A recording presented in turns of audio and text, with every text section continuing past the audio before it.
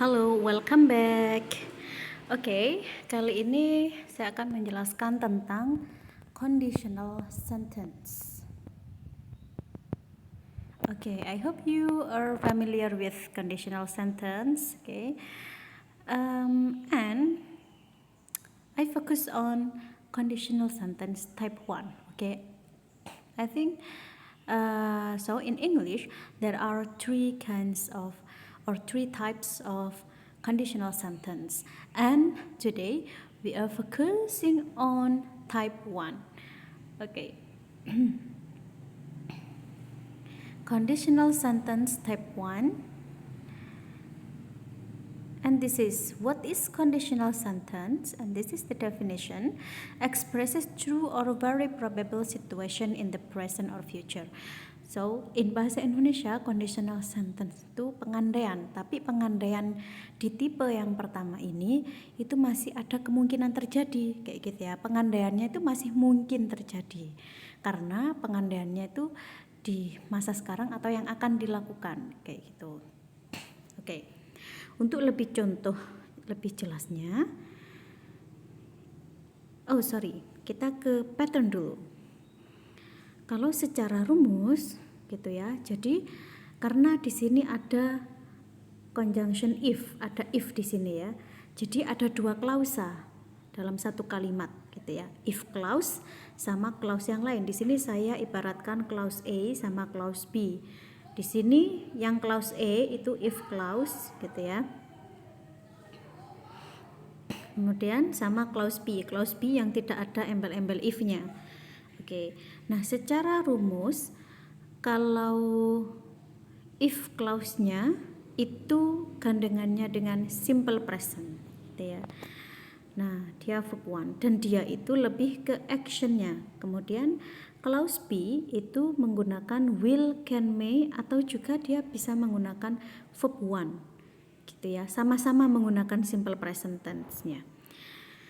Karena ini, kenapa kok simple present? Karena dia masih kemungkinan terjadi gitu ya di masa sekarang. Jadi pakai simple present tense atau simple future. Nah, clause B ini dia menjadi efeknya. Nah, clause B ini menjadi efek. Ini actionnya, nah ini efeknya, gitu ya. Kayak sebab akibat gitu ya. Tapi di sini lebih ke action istilahnya. Dia tindakannya. Nah, tindakan ini menimbulkan efek. Efeknya apa? Contohnya, oke, ini kita pegang ya. Jadi nanti kalimat yang biru ini berarti actionnya, yang kalimat yang merah itu efeknya atau clause B. Nah, this done. If you click on that will just compact your seed drive. Kalau kamu ngeklik itu akan memenuhi penuh kayak apa ya?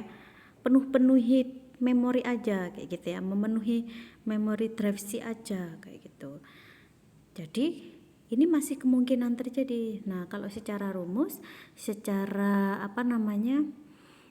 rumus dia setelah if ini dia pakai simple present, click on that ya, verb 1. Kemudian yang clause B dia pakai will, dia pakai simple future gitu gandengannya. Oke, maksudnya adalah the C drive is probably compacted. Jadi C drive-nya kemungkinan penuh gitu ya. Nah, kalau apa? Kalau yang diajak ngomong itu benar-benar mengklik kayak gitu. Kayak misalkan gini, kamu besok ujian gitu ya.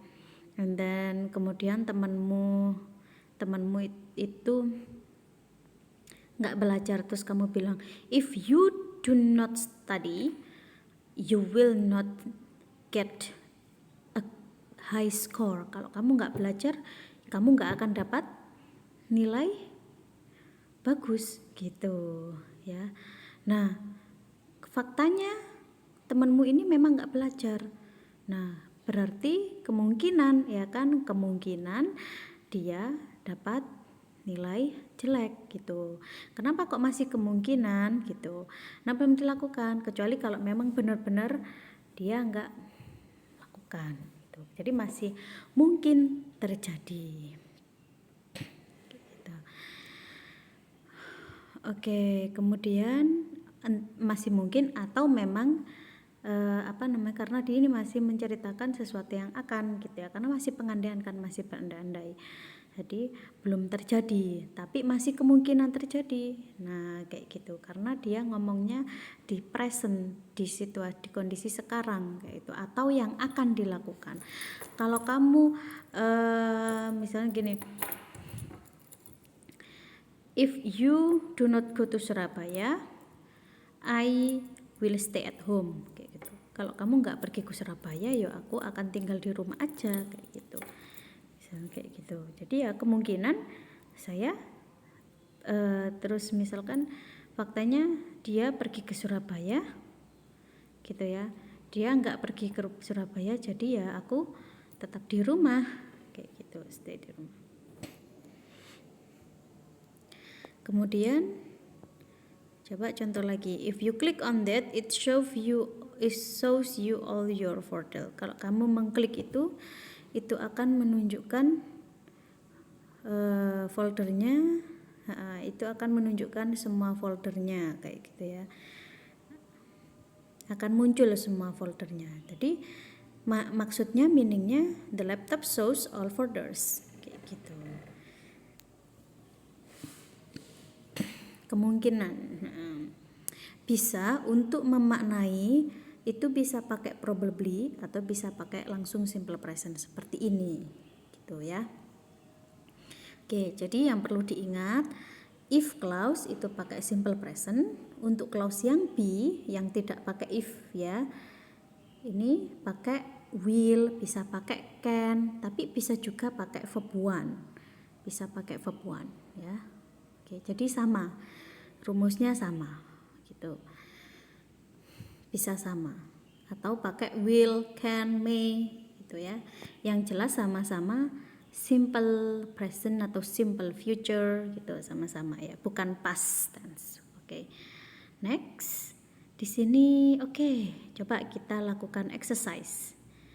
If you press print screen, kira-kira mana yang benar? Yang A, you could make a copy of the screen. Yang B, you can make a copy of the screen. Mana jawaban yang benar? Yang B. Kenapa? Karena di sini pakai simple present ya kan, if simple present, jadi di sini juga harus pakai simple, you can make. Kalau ini past tense, jadi tidak cocok gitu ya. Secara rumus dia salah karena ini pengandaiannya itu masih present, jadi pakai present. Ingat, ini pengandaian tipe yang pertama. If you forget to save regularly, nah yang A atau yang B? Ya, yang A. Oke. Jawabannya adalah yang A. Sorry, karena yang B ini dia pakai past tense, salah. Karena di sini dia pakai present, jadi cari yang present atau simple, bentuknya masih simple. Verb one atau misalkan seperti modality can, may, itu masih bentuk present, bukan bentuk yang past tense gitu. Jadi cari yang sama-sama present atau bentuk dasar, bentuk simple. Karena ini tipe yang pertama. Jadi untuk conditional sentence tipe yang pertama itu dia sama-sama menggunakan baik if clause atau clause yang selanjutnya itu sama-sama menggunakan present gitu ya. Baik itu diikuti modal seperti can, modalnya tetap bentuknya dalam bentuk present, bukan past tense. Oke, karena apa?